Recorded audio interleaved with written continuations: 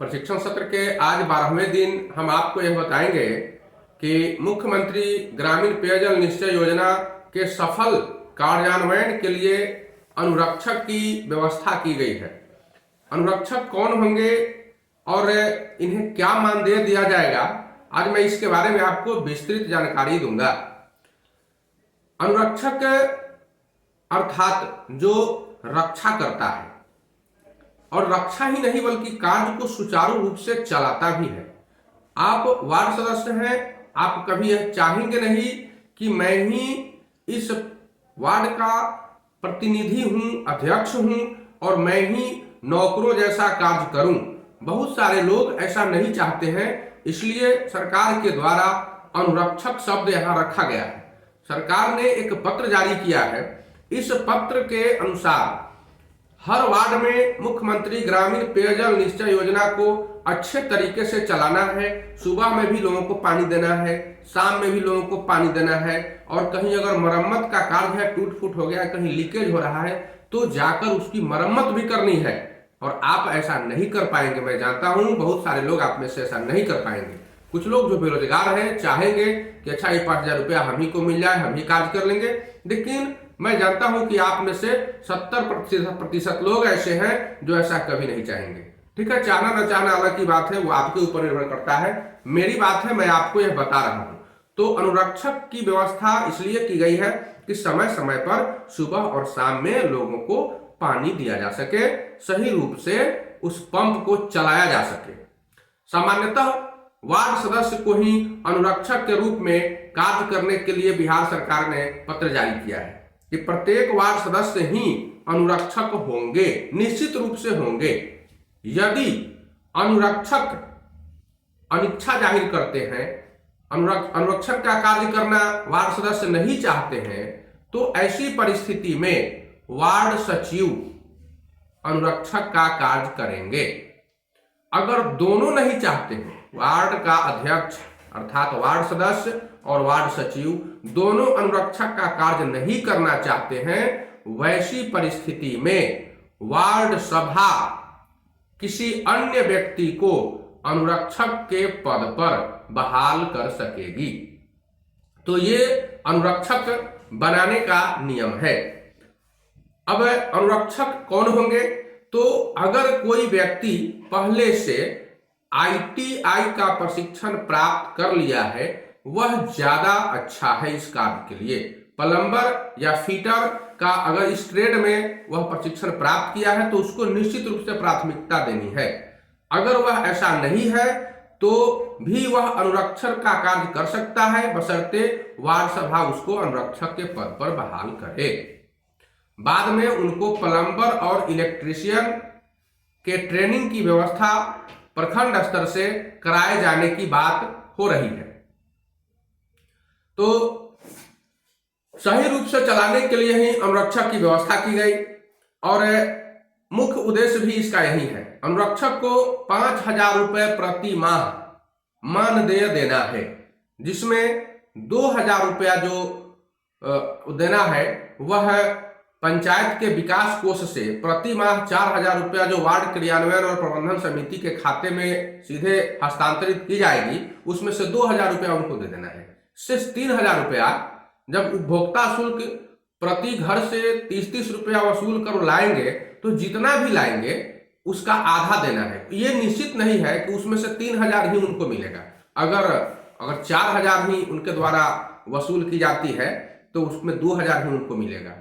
1,000 वसूल करते हैं तो 500 ही मिलेगा। 2,000 तो उनका फिक्स है, जो पंचायत विकास कोष से आएगा उसमें से 2,000 रुपया उनको निश्चित मिलेगा।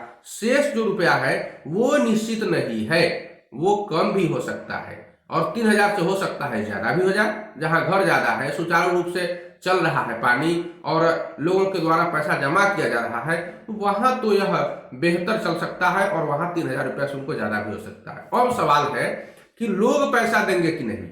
आप लोग भी इस बात को खूब जानते हैं कि जिस गांव में आप वार्ड सदस्य हैं, वहां की जनता से आप जबरन रुपया नहीं वसूल सकते हैं। आपको राजनीति करनी है, आपको भी उनसे वोट लेना है, और आप उनके यहाँ जाएंगे, जबरन कहेंगे 30 रुपया दे दो, कोई नहीं देगा, कोई गाली देगा, कोई झगड़ा करेगा, कोई झंझट भी कर सकता है। अब परिस्थिति ऐसी आएगी कि आप उड़कर छोड़ देंगे, छोड़ो जी क्या इसमें हम करें, तो वो पैसा तो देगा नहीं। बस इतना ही समझ लीजिए कि 2,000 रुपया नियत मानदेय आपको बिहार सरकार की ओर से मिलेगा। बिहार सरकार की ओर से मानदेय के लिए आपको अनुदान मिलेगा और आप पंचायत के जो ये वार्ड क्रियान्वयन प्रबंधन समिति है वो अनुरक्षक को 2,000 रुपया निश्चित तौर पर देगी। बाकी रुपया का कोई गारंटी नहीं है, वसूल होकर आएगा तो मिलेगा, नहीं आएगा तो नहीं मिलेगा। तो ये बातें हैं। अब मैं आपको यह बता दूं कि अनुरक्षक करेंगे क्या, अनुरक्षक का कार्य क्या होगा। तो आप तो सीधे तौर पर जान गए कि अनुरक्षक पानी चलाएंगे, बस इतनी बात है। इतनी बात नहीं है, अनुरक्षक के और भी बहुत सारे कार्य हैं जिनको आप जानिए। अब अगर आप अनुरक्षक बहाल करते हैं तो आप उनसे यह कार्य लीजिए, और अगर आप खुद अनुरक्षक का कार्य करते हैं तो आपको भी यह कार्य करना है। अब ये नल जल योजना के अंतर्गत अनुरक्षकों की जो बहाली हुई है वह बहुत बड़ा कोई भारी कार्य नहीं करना है, उसको छोटा छोटा कार्य करना है जिससे लोगों को पानी की आपूर्ति सही समय पर मिल सके। ध्यान देना है उनको कि कहीं पानी की आपूर्ति बाधित तो नहीं हो रही है। प्रतिदिन निर्धारित समय होगा, सुबह में भी पानी चलाने का समय निर्धारित होगा और शाम में भी पानी चलाने का समय निर्धारित होगा। जाड़े के मौसम के लिए अलग समय है और गर्मी के मौसम के लिए अलग समय है। तो सुबह में उनको मोटर पंप को चालू रखना है और शाम में भी चालू रखना है, 2 पाली में। सुबह में भी उनको 3 घंटा पानी देना है, शाम में भी उनको 3 घंटा पानी देना है, दोनों टाइम उनको पानी देना है।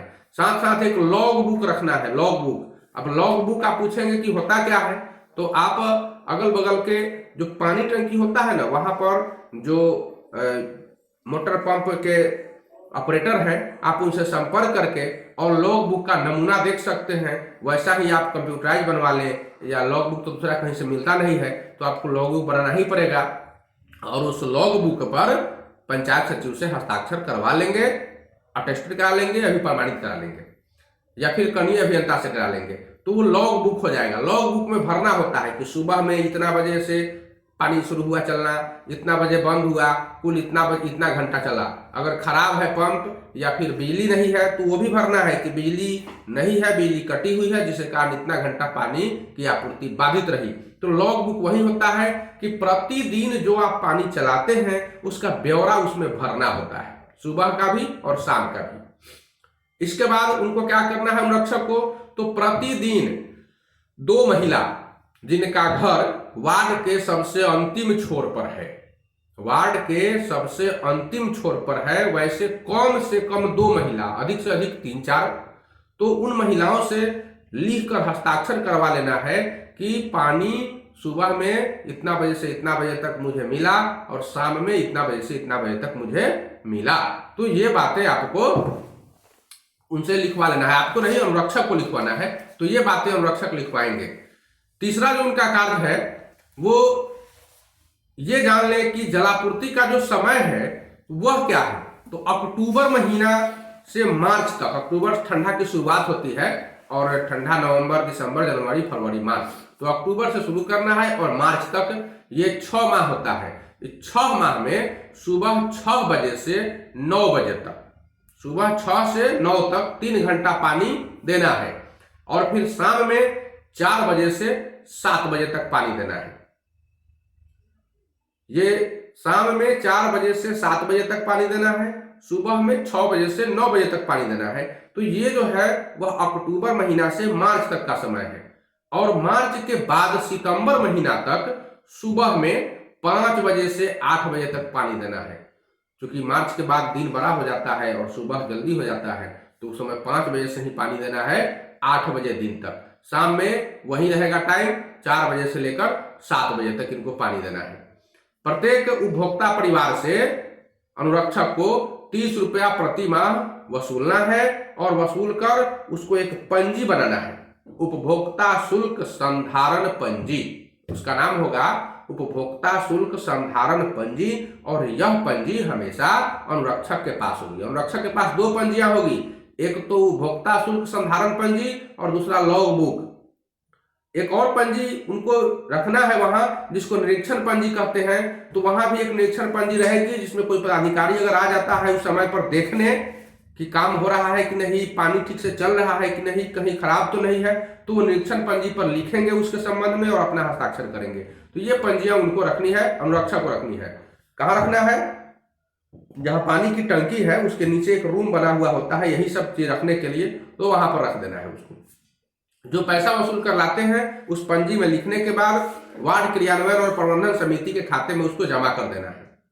अगला कार्य है उनका कि जलापूर्ति योजना से संबंधित जितने भी चीज हैं वहां पर, नल हो, पाइप हो, चेंबर हो, वॉल्व हो, तो सबकी सुरक्षा करना भी उनका काम है, देखरेख करना उनका काम है। टंकी हो, सबकी देखरेख वो करेंगे। अगर मोटर चल रहा है कि नहीं या फिर जल गया है तो इसके बारे में भी वो सूचित करेंगे। अगर कुछ चोरी हो गया तो इसके बारे में एफआईआर भी दर्ज करानी हो तो अनुरक्षक ही दर्ज कराएंगे। लॉग बुक, निरीक्षण पंजी और तीसरा उपभोक्ता शुल्क संधारण पंजी, ये तीन चीज उनके पास निश्चित रूप से रहेंगे ही। शिकायत पंजी भी उनको बना लेना है।